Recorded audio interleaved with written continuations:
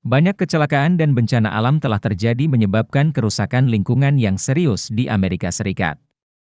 Namun, tidak satu pun dari peristiwa itu yang mendekati bencana lingkungan terburuk di Amerika Serikat. Peristiwa itu disebut Dust Bowl.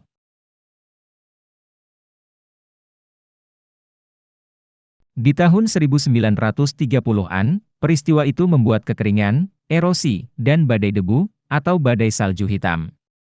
Dan Dirty Thirties juga mengatakan, itu adalah bencana lingkungan yang paling merusak dan berkepanjangan dalam sejarah Amerika. Seganas apakah Dust Bowl itu? Nah, inilah sedikit gambaran dari Dust Bowl.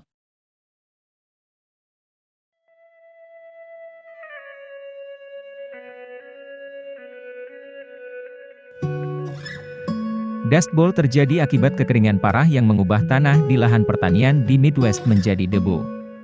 Kotoran dan debu itu terbawa angin dan menyebar kemana-mana. Tanaman hasil pertanian gagal, banyak keluarga yang kelaparan, dan banyak pula yang meninggalkan rumah mereka karena tidak tahan dengan debu yang menyiksa.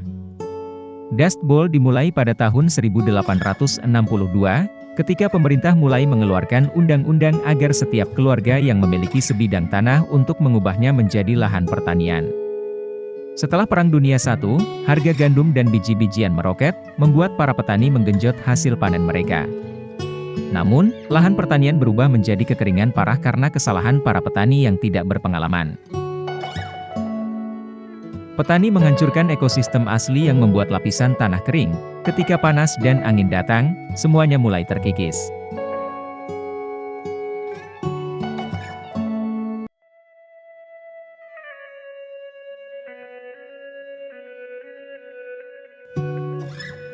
Pada tahun 1932 sampai 1933, telah terjadi 52 badai salju hitam, yang rata-rata terjadi satu kali setiap 2 minggu.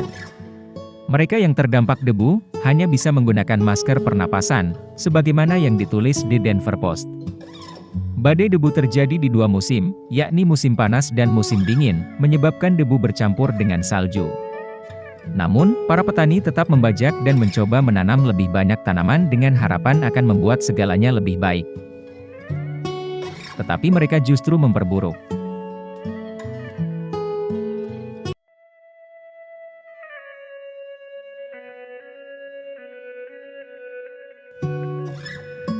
Ken Burns pernah membuat film dokumenter dengan judul Children of the Dust dengan mewawancarai mereka yang terdampak Dust Bowl. Mereka memperkirakan ada 350 juta ton debu dan kotoran yang mematikan selama badai debu itu. Menurut The University of Richmond, anak-anak dan orang tua menjadi yang paling rentan terhadap penyakit ini. Gejala yang mereka derita adalah batuk, nyeri dada, dan kesulitan bernapas. Mereka yang selamat justru cenderung menderita masalah kesehatan seumur hidupnya.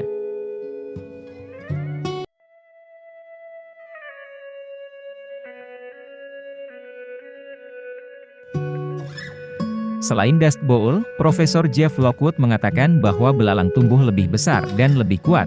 Mereka bergerak melintasi daratan pada Juli 1931, dan menghancurkan lahan para petani yang memang sudah menderita. Belalang tidak saja makan hasil panen para petani. Belalang juga sangat menyukai garam, oleh sebab itu mereka menyerang pakaian berkeringat yang dikenakan para petani, dan kerumunan belalang juga memakan peralatan yang terbuat dari kayu. Pada tahun 1937, Garda Nasional dipanggil ke Colorado untuk membantu menangani wabah belalang. Diperkirakan bahwa setiap tanah seluas 10 mil persegi ditutupi dengan 7 miliar belalang. Para petugas membasmi belalang ini dengan penyembur api dan bahan peledak, tetapi yang paling berhasil adalah metode racun.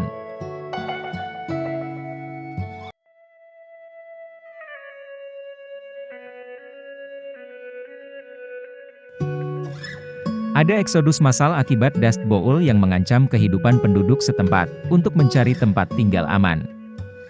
Banyak yang menuju ke pantai barat, karena dianggap sebagai daerah pertanian yang berkembang pesat.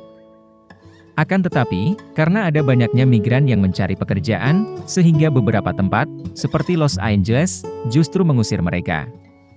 Jadi, dari sekitar 2,5 juta migran terpaksa mendirikan kemah di parit-parit di sepanjang jalan. Yang beruntung memang menemukan pekerjaan, kebanyakan hanya memanen hasil anggur dan kapas. Namun, kebanyakan penduduk asli California tidak menyukai pendatang baru ini.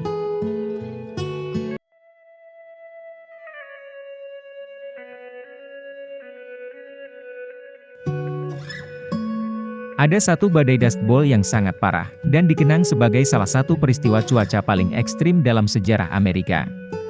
Kejadian itu terjadi pada 14 April 1935, dan hari itu dikenal sebagai Black Sunday. Menurut Layanan Cuaca Nasional Amerika Serikat, angin kencang melanda Oklahoma dan menyapu seluruh negeri dari kota Boise ke Amarillo.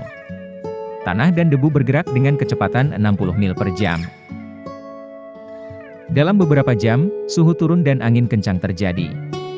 Sekitar 300.000 ton tanah terangkat, dan sebagian terbawa sampai ke pantai timur. Di arah lain, badai itu menuju ke Teluk Meksiko. Dan banyak orang menganggap bahwa itu adalah akhir dunia.